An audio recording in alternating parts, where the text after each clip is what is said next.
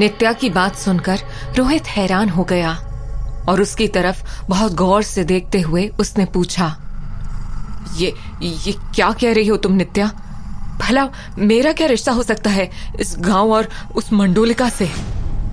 नित्या ने मुस्कुराते हुए कहा, ये बात मुझसे नहीं बल्कि अपने आप से पूछो रोहित, क्योंकि मैं जानती हूं कि तुम भी मानते ही हो कि मंडोलिका और इस गांव से तुम्हारा कुछ न कुछ पुराना रिश्ता तो जरूर है। नित्या ने रोहित के मन की बात कह दी थी, क्योंकि वो भी ये मानने लगा था कि उसका इस गांव से कोई ना कोई रिश्ता तो जरूर है। इसीलिए जब नित्या ने उससे ये सब कहा तो उसने हैरान होते हुए पूछा, लेकिन नित्या, तुम ये सब कैसे जानती हो? तुम और क्या क्या जानती हो मेरे बारे में? नित्या रोहित के करीब आकर बोली, रोहित, मैं तुम्हारे बारे में सब जानती हूँ। तुम्हारे सपने, तुम्हारा बीता हुआ कल और यहाँ तक कि तुम्हारा आने वाला कल भी।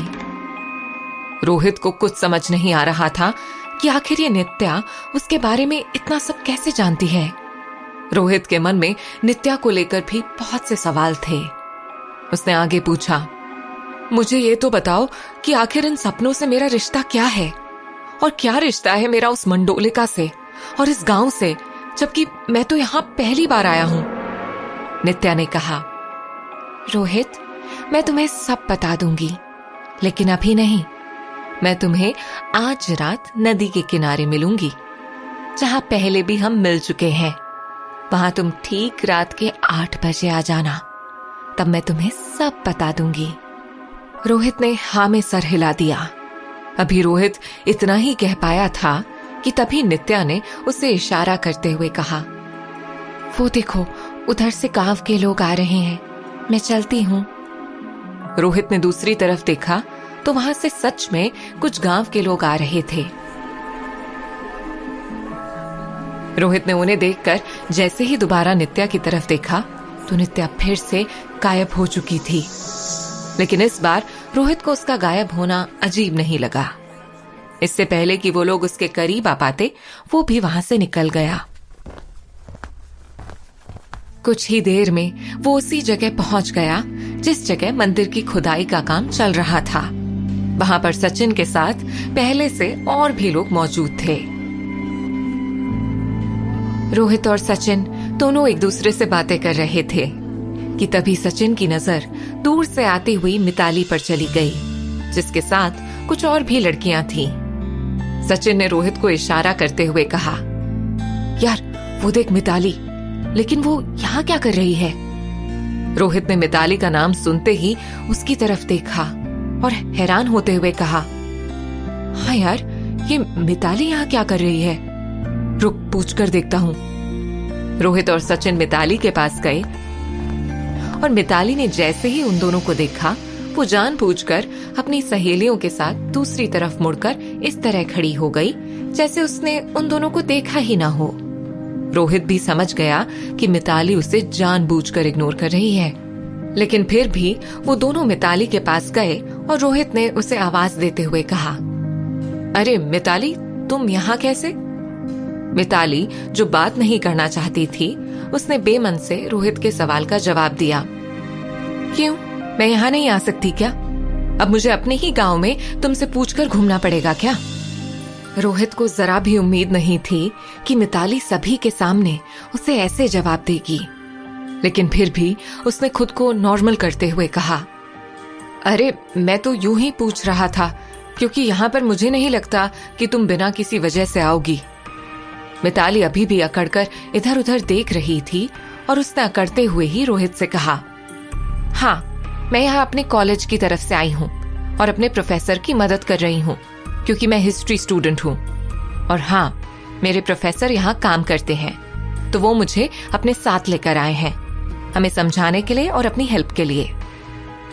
सचिन और रोहित ने देखा कि थोड़ी दूर पर मिताली के प्रोफेसर खड़े हुए थे और वहां पर पुरातत्व विभाग की टीम के सुपरवाइजर से जानकारी ले रहे थे। इससे पहले कि रोहित और सचिन कुछ और बात करते, मिताली के प्रोफेसर वहां आ गए और उन्होंने सभी लड़कियों से कहा, गर्ल्स, अभी ये खुदाई कई दिनों तक चलनी है और अभी तो सिर्फ शुरू ही हुई है। इसीलिए टीम के सुपरवाइजर ने कहा है कि वो हमें कुछ दिनों में फोन कर देंगे जब कुछ पता चलेगा। तब तक यहाँ पर रुककर कोई फायदा नहीं है। मिताली और बाकी की लड़कियां प्रोफेसर के साथ चली गईं। मिताली के जाने के बाद रोहित और सचिन फिर से काम में लग गए और दोपहर तक लगातार काम ही करते रहे। रोहित खाना खाकर कुछ देर के लिए अपनी सुस्ती उतारने के लिए थोड़ी दूर घूमने के लिए निकल गया। घूमते घूमते जब वो थोड़ा आगे आया तो अचानक ही रोहित की नजर एक बहुत बड़े खंडहर पर चली गई। उस खंडहर को देख रोहित को वो जाना पहचाना सा लगा, जैसे वो खंडहर उसे अपनी ओर खींच रहा हो। रोहित के कदम ना चाहते हुए भी उस खंडहर की ओर बढ़ गए। वो धीरे धीरे चलते हुए उस खंडहर तक पहुंचा तो उसकी दीवारों को देख उसका मन बेचैन होने लगा। रोहित के चेहरे पर पसीने की बूंदें चमकने लगी। वो आगे बढ़ा और खंडहर के भीतर आ गया।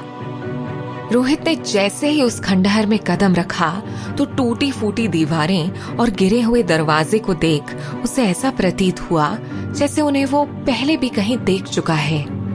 रोहित उस खंडहर को देखे जा रहा था। तभी उसने एक दीवार पर हाथ रखा तो उसे ऐसा महसूस हुआ मानो इस जगह से उसका पुराना नाता हो। रोहित बेचैनी से चारों तरफ देखने लगा। तभी उसे घुंघरू की छम छम सुनाई दी। वो उस आवाज की तरफ बढ़ गया, पर जहां से आवाज आ रही थी वहां कोई नहीं था। और फिर अचानक ही वो आवाज शांत हो गई।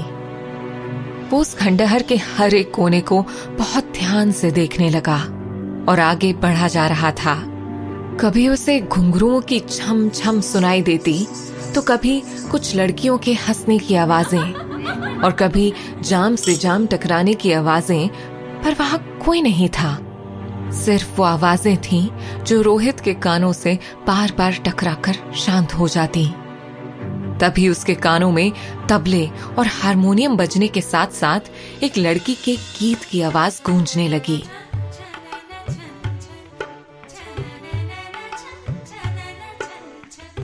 उस संगीत को सुनते हुए रोहित ने मन ही मन सोचा, ये तो काफी पुराना गीत है, मुझे ये क्यों सुनाई दे रहा है। रोहित को अपने चारों तरफ से संगीत की आवाज आने लगी। रोहित उस खंडहर में खुद को भूलता जा रहा था। तभी उसे ऊपर के कमरों में जाने की सीढ़ियां दिखाई दी जो काफी टूटी फूटी हुई थीं, और उन सीढ़ियों का एक तरफ से किनारा भी टूटा हुआ था। रोहित धीरे धीरे उन सीढ़ियों की तरफ बढ़ा। सीढ़ियां चढ़ने पर उसे बहुत सारे कमरे दिखे। रोहित एक एक करके हर कमरे को देखता हुआ आगे की तरफ बढ़ने लगा कि तभी एक अधेड़ उम्र का आदमी सीढ़ियों से होता हुआ ऊपर आया।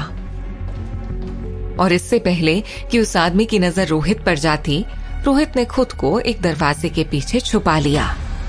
वो आदमी आया और तेजी से एक कमरे में चला गया और कमरा अंदर से बंद हो गया। रोहित मन ही मन में सोचने लगा, ये क्या हो रहा है यहाँ? कभी आवाजें सुनाई दे रही हैं और कभी कोई दिखाई दे रहा है। यही सब सोचता हुआ वो आगे बढ़ रहा था कि तभी उसे एक बहुत अलग सा कमरा दिखाई दिया जो बाकी कमरों से ज्यादा बड़ा था। उस कमरे पर लगे रेशमी पर्दे अब पुराने और मटमैले हो चुके थे। रोहित के कदम खुद ब खुद उस कमरे की तरफ बढ़ गए। वो कमरे के बाहर आया ही था कि तभी उसे कमरे में किसी के आने की आहट सुनाई दी, और रोहित इस डर से कि कोई उसे देख न ले वहीं साइड में रखी हुई एक लकड़ी की अलमारी के पीछे छुप गया। तभी एक लंबा चौड़ा रौबीले चेहरे वाला आदमी उस कमरे में आया जिसने लंबा रेशमी कुर्ता और धोती पहनी हुई थी, जिसकी मूंछ बड़ी बड़ी थी और हाथों में ताजे गुलाब भी थे। उसके चेहरे पर रौब और घमंड साफ दिखाई दे रहा था। उस आदमी के वहां आते ही एक बहुत मीठी आवाज उस कमरे में गूंजी, और वो आवाज एक खूबसूरत लड़की की थी। उसने शिकायत भरे लहजे में उस आदमी से कहा, आ गए आप, मिल गई फुर्सत आज हमारे कोठे पर आने की आपको। रोहित ने जैसे ही कोठा शब्द सुना वो चौंक गया, मगर सामने से एक बेहद खूबसूरत लड़की को खड़ा देख उसके होश उड़ गए। उसने गुलाबी रंग की चीनी साड़ी पहनी हुई थी। जैसे जैसे वो लड़की बल खाती हुई रोहित के करीब से होकर जा रही थी, वैसे वैसे रोहित उसकी सुंदरता में खोए जा रहा था। उसके गुलाब की पंखुड़ियों की तरह लाल होंठ, कजरारी आंखें, लंबे घने बाल और साड़ी में उसके उभार, जिसमें वो किसी स्वर्ग की अप्सरा लग रही थी। रोहित ने खुद को पूरी तरह से अलमारी के पीछे एक कोने में छुपाया हुआ था और वो सीधे उस जमींदार के करीब चली गई। उस खूबसूरत लड़की को देखते ही उस जमींदार के चेहरे पर मुस्कान आ गई। वो लड़की भी उस जमींदार की तरफ ऐसे बढ़ी जैसे पता नहीं कब से तरसी हो उसके लिए, और वो उसके करीब आते ही जमींदार से कुछ ऐसे लिपट गई जैसे चंदन के पेड़ से कोई खूबसूरत नागिन। वो जमींदार जैसा दिखने वाला आदमी भी अपनी सुध-बुध खो चुका था और उस लड़की के छूने से मोम की तरह पिघलने लगा था। उस लड़की ने एक ही झटके में जमींदार को बिस्तर पर धकेला और उससे जाकर लिपट गई। जमींदार की आंखें भी बंद हो चली थीं और वो इस समय इस लड़की के यौवन की गिरफ्त में था। उसकी सांसें तेज चल रही थीं और वो भी इस प्रेम क्रीड़ा में साथ देने लगा। वो लड़की पागलों की तरह उसको ऐसे चूम रही थी मानो न जाने कब से तड़पी हो उसके आगोश में आने के लिए। रोहित जो वहां खड़ा था, उसे देख ऐसा लग रहा था जैसे कि वो अपने होश में नहीं हो और वहां चल रहे दृश्य को देखकर उसे कुछ भी समझ नहीं आ रहा हो। वो किसी सम्मोहित इंसान की तरह शांत खड़ा था। वो वहां से निकलना चाह रहा था लेकिन निकल नहीं पा रहा था, इसलिए उसने अपनी आंखें बंद कर ली और अलमारी के पीछे हो गया। दूसरी तरफ अब वो जमींदार भी उस लड़की के हर अंग को चूमने लगा। दोनों के बीच में प्यार का जबरदस्त तूफान चल रहा था और दोनों ही एक दूसरे को बेतहाशा प्यार कर रहे थे, लेकिन प्यास थी कि किसी की भी शांत नहीं हो रही थी। तभी उस जमींदार ने उस लड़की को साड़ी से आजाद कर दिया और खुद अपना कुर्ता भी उतार फेंका। धीरे धीरे वो दोनों हर कपड़े से आजाद हो गए थे। उस लड़की और जमींदार की आहें पूरे कमरे में गूंजने लगी और दोनों प्यार के तूफान में बह गए। रोहित जो अलमारी के पीछे आंखें बंद किए खड़ा था, अचानक ही उसके सिर के ठीक ऊपर से एक परिंदा उड़कर गया तो अगले ही पल उसने अपनी आंखें खोल ली और जैसे ही उसने सामने देखा उसके होश उड़ गए। एक पल पहले जहां उस कमरे में वो लड़की और जमींदार थे, वो अब वहां नहीं थे, बल्कि चारों तरफ केवल धूल और पत्थर थे। रोहित का सिर चकराने लगा और उसकी आंखों के सामने एक बार फिर से अंधेरा छाने लगा और उसे अब उस खंडहर में अजीब सी घबराहट होने लगी। वो तेजी से वापसी की तरफ मुड़ा और एक ही सांस में सीढ़ियों से उतरता हुआ बाहर आ गया। उसके दिल की धड़कनें इतनी तेज चल रही थीं कि जिसके सामने रेल का इंजन भी फीका पड़ जाए। उसके दिमाग में बहुत से सवाल चल रहे थे जिनका उसके पास कोई भी जवाब नहीं था। वो मन ही मन सोचने लगा, ये सब क्या हो रहा है मेरे साथ? कौन है ये लोग और क्यों मुझे दिखाई दे रहे हैं? मुझे ऐसा क्यों लग रहा है कि मैं इस लड़की को जानता हूं? इसकी सूरत इतनी जानी पहचानी सी क्यों लगी मुझे? अभी भी रोहित नॉर्मल नहीं हो पाया था और वो तेजी से घर की तरफ दौड़ रहा था। तभी उसने फैसला किया कि आज की रात वो नित्या से मिलकर इन सभी सवालों के जवाब जरूर मांगेगा, और यही सोचकर वो घर गया और अपने कमरे में जाकर लेट गया। लेकिन अभी भी उसके दिमाग में वो ही सारे सीन घूम रहे थे। रात को भी रोहित बहुत बेचैन था। उसने जल्दी से खाना खाया और फिर टहलने का बहाना करके नित्या से मिलने चल दिया। रात के 8 बजने वाले थे। गांव के लोग सो चुके थे और पूरे गांव में सन्नाटा पसरा हुआ था। रोहित अपनी सोच में डूबा हुआ चला जा रहा था। तभी उसे किसी की आवाज आई, जैसे कोई उसके कान के पास आकर उसे फुसफुसाते हुए धीमी आवाज में बुला रहा हो, रोहित। इस आवाज में इतना अपनापन था कि रोहित चाहकर भी अपने कदम आगे नहीं बढ़ा पाया और वो वहीं रुक गया। चारों तरफ सन्नाटा था और दूर कहीं से सियारों की रोने की आवाज आ रही थी, जिससे माहौल में खौफ पैदा हो रहा था। रोहित ने महसूस किया कि वो इस समय उस हवेली के मुख्य द्वार के ठीक सामने खड़ा हुआ था, जिसमें मंडोलिका का वास है। इसीलिए वो बुरी तरह से घबरा भी गया। तभी अचानक से कुत्तों के रोने की आवाजें आने लगी और वो घबराकर वहां से जाने ही लगा कि तभी उसे एक लड़की की रोती हुई आवाज आई, रोहित, मुझे यहां से बाहर निकालो। रोहित बुरी तरह घबरा गया और उसके माथे पर पसीने की बूंदें साफ चमकने लगी। उसे कुछ समझ नहीं आ रहा था कि वो क्या करे। रोहित वहां से जाना चाहता था, लेकिन जैसे ही वो वहां से जाने लगा कि तभी हवेली का दरवाजा जोर जोर से बजने लगा, जैसे कि कोई भीतर से उस दरवाजे को खोलने की कोशिश कर रहा हो। कि तभी एक बार फिर से वही आवाज आई, रोहित, मुझे यहां से बाहर निकालो।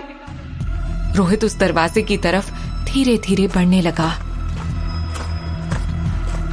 लेकिन जैसे ही दरवाजा खोलने के लिए उसने अपना हाथ उस दरवाजे की तरफ बढ़ाया, तभी पीछे से किसी ने उसके कंधे पर हाथ रख दिया।